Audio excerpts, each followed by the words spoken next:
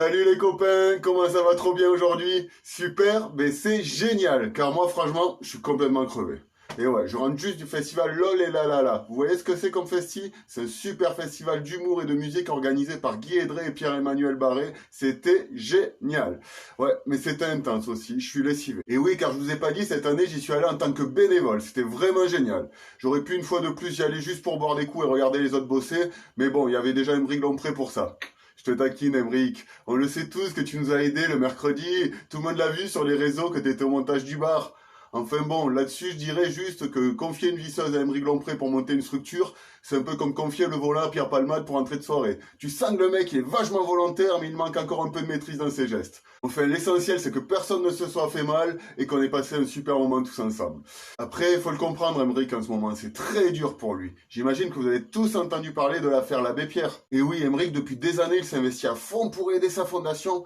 Et pam, là, du jour au lendemain, il découvre qu'en fait, il n'est plus le parrain de sa fondation, mais qu'il est devenu le parrain de ses gosses, à l'Abbé Pierre.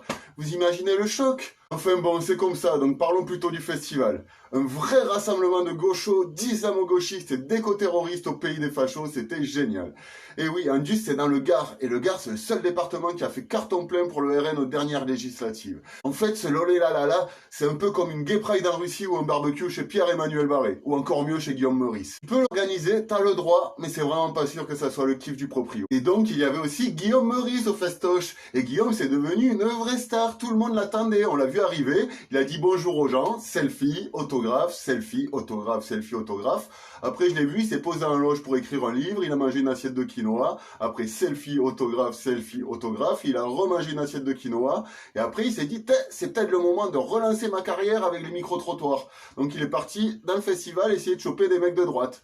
Malheureusement, les seuls mecs de droite qui traînaient là-bas, c'était un enfant de 8 ans qui ne voulait pas partager sa glace avec son petit frère et Alex Vizorek. Putain, Viso, il était complètement paumé au milieu des gauchistes. On aurait dit Pascal Pro à la fête de l'UMA ou Elisabeth Lévy dans un bar sans alcool. Le mec, il se demandait vraiment ce qu'il foutait là-bas. Enfin bon, après ça, Maurice, il est rentré en coulisses, selfie, autographe. Il a repris 3 fois du quinoa pour se remettre. Après, il a écrit encore un livre. Et après, un peu de quinoa et il est allé au lit. Vous me croyez pas? Vous pensez que je raconte des conneries? Non, je vous jure, tout ce que j'ai vu, ça s'est passé. J'ai passé mon week-end au bar à 10 mètres de l'entrée des coulisses.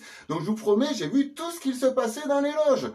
Franchement, 66 minutes en immersion au Festival des Exclus de Radio France, c'est moi qui peux faire un reportage sur tout ce qui s'est passé.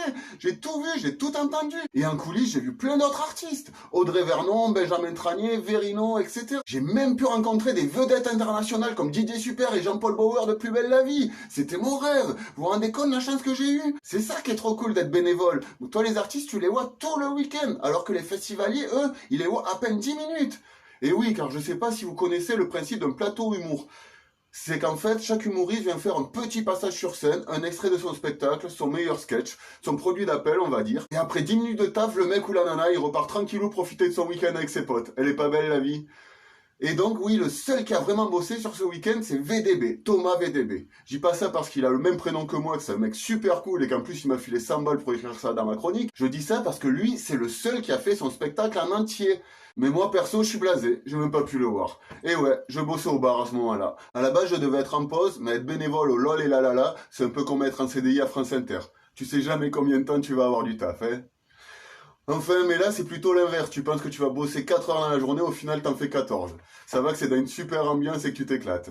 Bruno Osler, le chef des bénévoles. C'est un gars super, j'adore Bruno, on a super rigolé ensemble, mais je pense qu'il a un réel problème avec la notion de temps. Pierre-Emmanuel m'a même raconté que la dernière fois qu'il est parti courir une petite heure, Bruno, mais au bout d'un mois, il courait toujours, il avait des chaussures trouées, les cheveux longs et la barbe, c'était devenu Forrest Gump, le mec. Enfin voilà, c'était quand même génial ce festival. Ça m'a permis de rencontrer plein de super personnes, des copains bénévoles à Nord, des artistes super sympas. Et ce que j'ai découvert, c'est qu'en fait, les artistes, c'est des gens comme toi et moi. Si, je vous jure, ce sont des gens normaux. À part peut-être Pierre-Emmanuel Barré, qui est Pierre-Emmanuel Barré, Alex Vizorek, qui est de droite, et Guillaume Meurice, qui écrit un livre par jour et qui consomme la moitié du stock mondial de quinoa en 3 semaines. Les autres, je vous jure, ils sont vraiment normaux. Donc voilà, c'est fini ma chronique les copains, c'était mon LOL et la la la 2024. Mais juste avant de vous quitter les copains, je voulais vous parler aussi des 8 comiques émergents du LOL et la la la Comedy Club. Ce sont vraiment des gens extra que j'ai pris beaucoup de plaisir à découvrir sur scène et ensuite à échanger avec eux. Ils sont vraiment super sympas. Donc je vous invite à aller regarder leurs sketchs, vous allez bien rigoler. Charlie, Alex, Baptiste, Safe, Florence, Margot et spéciale dédicace à Perrine qui m'a fait vraiment rire. Donc voilà, je vous mets les liens de leur page en Instagram, vous les trouverez. Et à y être, je vous mets aussi le 06 de Pierre-Emmanuel Barré et des 53 autres bénévoles du festival. Comme ça, si vous avez un mariage ou une bar mitzvah organisé prochainement, n'hésitez pas à les contacter.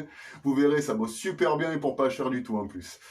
Donc voilà les copains, merci de m'avoir écouté. Si vous avez aimé ma chronique, que vous avez un peu rigolé, n'hésitez pas à commenter, liker ou partager. Comme on dit sur les réseaux sociaux, bye bye la team. Et encore merci à tous les gens rencontrés sur ce festival pour votre gentillesse et ce beau moment partagé.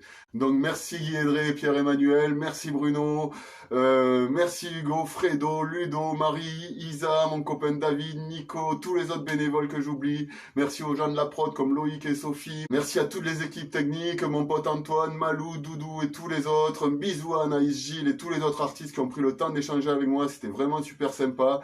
Et une spéciale dédicace à Solène et sa princesse. Et pour finir, merci à tous les festivaliers. Vous avez été géniaux. Désolé pour tous ceux que j'ai pas eu le temps de citer, mais je vous aime aussi.